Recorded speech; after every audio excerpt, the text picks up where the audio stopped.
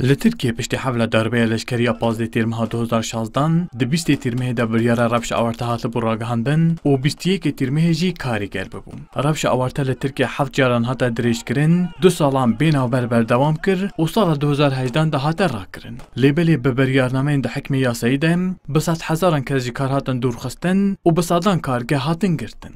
Di sersala ragihandina rewşa awarte de li ser encamên wê û bandora biryarnameyên di hikmê yasayî de li Enqere paytexta Tirkiye bi pêşengiya HDP û beşdariyên mexdûrên rewşa awarte çalakiyek hate saz kirin.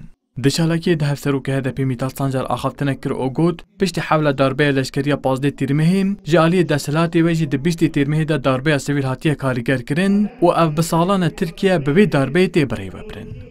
15 Temmuz'da başarısızlığa uğrayan Dişûna hewla darbeya leşkerî ya ku 15 tîrmehê de bi ser neket, desthilatê AKP di 20 tîrmehê de darbeyeke nû pêkanî. Ev 4 salin em nava rejîma darbeyekê de dijîn û Tirkiye pergala derbeyê tê birêvebirin. Ev 4 salin di serî de Kurd hemû muxalefet ji aliyê desthilatê ve ji bo gel weke dijminekê tê penasekirin û bo têkbirina Kurdan û muxalefetê ev rewşa awarte didome. Rewşa awarte bi destê AKP MHP hatiye mayîndekirin.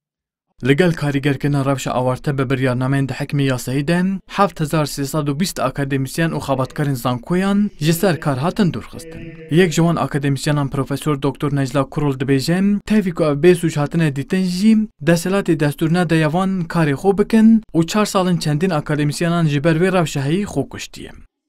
130'a yakın meslektaşımla birlikte Ankara Üniversitesi. Ez li gel sedusu hevkarên xwe yên akademisyen ji kar hatim dûrxistin. Ji ber ku em wek akademisyenên aştiyê di jî şerê ku ser Kurdan dihate meşandin, di jî kuştin û talankirina li bajarên Kurdan derketin, em ser kar hatin dûrxistin. Dadgehan em bêsûc dîtin. Lê ev 4 salin em nikarin biçin ser karê xwe. Malbatên me hatin sizakirin û çend hevalên me di vê heyamê de xwe kuştin. Qadekê jiyanê ji bo me nehiştin û derûniya hevalan têk çûye.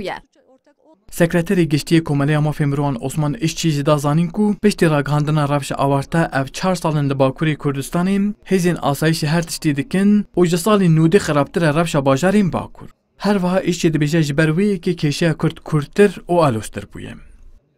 Geride bıraktığımız bu 4 yıllık sürede Divan 4 salên dawî da her çiqas rewşa awarte rabibe jî zext û binpêkirina mafê mirovan da asta herî jordaye. Rewşa bajarên Bakurê Kurdistanê ji salên notî xirabtir e û kêşeya Kurd her ku diçe Kurd dibe li Tirkiyê.